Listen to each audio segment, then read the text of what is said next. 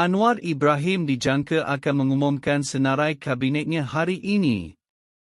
Yang pasti beliau akan membentuk kabinet bersaiz kecil, tidak seperti Muhyiddin dan Ismail Sabri yang membazirkan duit rakyat dengan kabinet yang ramai. Cabaran bagi Anwar, beliau kelihatan terpaksa melantik Presiden UMNO yang penuh kontroversi, iaitu Zahid Hamidi menjadi timbalan Perdana Menteri. Ini kerana Zahid adalah nama yang dicadangkan oleh UMNO BN. Anwar tiada pilihan kerana beliau terpaksa memastikan kerajaannya stabil dengan menurut cadangan UMNO BN tersebut. Jika tidak, kemungkinan untuk UMNO BN mengganggu kerajaan perpaduan tetap ada. Perdana Menteri Anwar Ibrahim telah membayangkan kepada rakan gabungannya bahawa dia berhasrat untuk membentuk kabinet yang mewakili wajah-wajah Malaysia, tetapi menghadapi pilihan terhad kerana realiti kerajaannya. Ini ketika BN rancak melobi supaya pengerusinya Ahmad Zahid Hamidi, yang menghadapi perbicaraan rasuah, dilantik sebagai timbalan Perdana Menteri. Anwar berkongsi cabarannya dalam membentuk kabinet ketika mempengerusikan Majlis Presiden PH pada Isnin. Menurut Timbalan Presiden Amanah Salahuddin Ayub, gambar bawah, mesyuarat itu tidak membincangkan secara khusus mengenai pembentukan kabinet Anwar. Begitu juga ketika Tun Dr. Mahathir Mohamad membentuk kabinetnya, kata Salahuddin. Parti komponen PH, katanya, hanya mampu menamakan calon menteri dan tidak menuntut jawatan tertentu. Sumber yang rapat dengan kepimpinan PH berkata mesyuarat Majlis Presiden gabungan itu kebanyakannya berkisar mengenai urusan organisasi.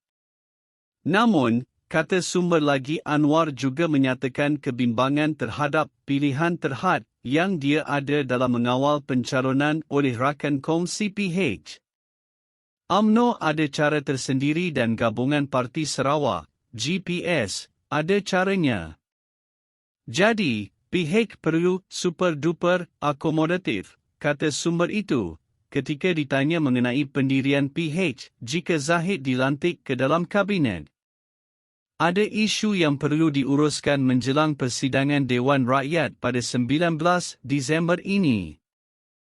Walaupun Anwar mendakwa mendapat sokongan 148 ahli parlimen, lebih 2/3 daripada Dewan Rakyat, ini hanya akan diuji pada 19 Disember depan apabila Dewan Rakyat bersidang dan menjalankan undi percaya. Sumber kedua PKR, bagaimanapun, berkata kebimbangan utama Anwar berkisar tentang bagaimana kabinetnya yang lebih kecil boleh mencerminkan wajah Malaysia sambil kekal cekap dan berkesan. Beliau, Anwar, secara khusus menyebut keperluan perwakilan daripada minoriti, Sabah, Sarawak dan wanita. Kabinet mesti mewakili semua rakyat Malaysia. Ini sangat jelas dan kami semua menerimanya, kata sumber itu. Sumber itu mengesahkan pencalonan Zahid untuk jawatan kabinet tidak dibincangkan, tetapi menambah, ia adalah rahsia terbuka bahawa PH dijangka menghormati mana-mana pemimpin yang dicalonkan oleh rakan kongsi lain gabungan itu. Spekulasi mengenai pelantikan Zahid serta ahli parlimen lain dengan pertuduhan rasuah yang belum selesai, termasuk pemimpin PH, telah menjadi semakin hangat beberapa hari selepas Anwar menjadi Perdana Menteri. Walaupun kumpulan masyarakat sivil berhujah bahawa pelantikan Zahid akan menjejaskan wibawa Anwar sebagai reformis, penganalisis menyatakan Perdana Menteri perlu berkompromi untuk memastikan kerajaan tetap utuh.